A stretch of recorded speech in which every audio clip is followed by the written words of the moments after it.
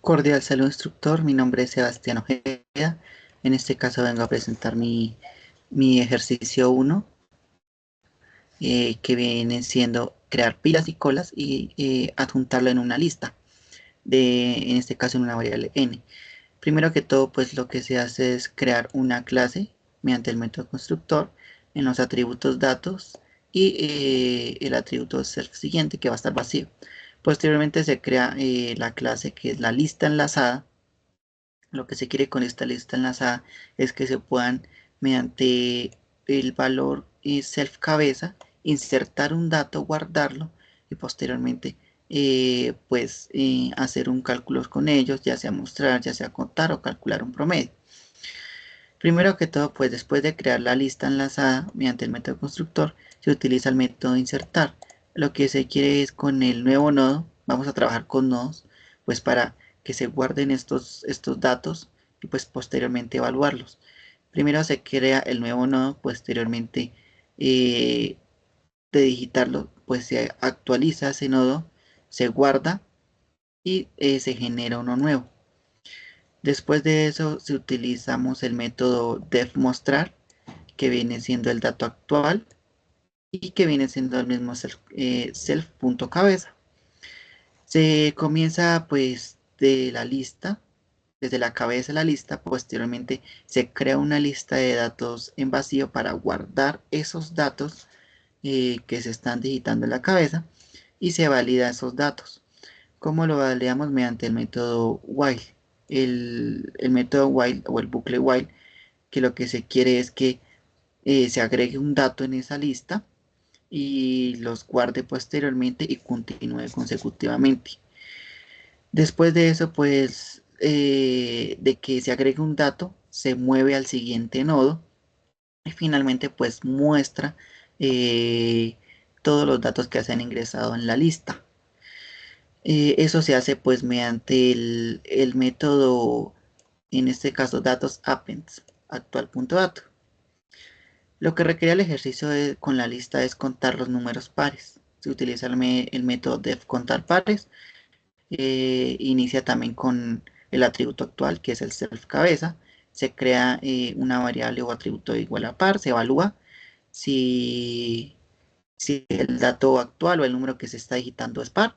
Posteriormente, si es par, pues incrementa el contador y pues finalmente se mueve al siguiente nodo en la lista y me devuelve finalmente el número que se ha encontrado o la cantidad de números que se han encontrado en la lista. Cuando utilizamos este igual simplemente es que encuentra los números que estamos digitando por teclado. ¿Cuántos números que hemos digitado? Pues son pares. Y finalmente pues me los devuelve en una lista. Después de eso se utiliza el método calcular promedio. Otra vez nuevamente se utiliza la actual self cabeza. Se genera una variable suma para pues calcular el promedio y un contador. Se utiliza también nuevamente el bucle while y que lo que se quiere es que sume todos los datos y se cuente cada uno de los datos ingresados. Y que pues finalmente me devuelva la suma del contador y me los debía por el número de datos. La suma total de datos y me lo debía por la cantidad de datos ingresados. Finalmente, pues lo que se requiere es obtener el último dato, en este caso en la cabeza, que viene siendo el último y me lo devuelva, en este caso que esté vacío, o si también se utiliza el método while, en este caso pues para que me devuelva el dato actual o el último que está siendo digitado.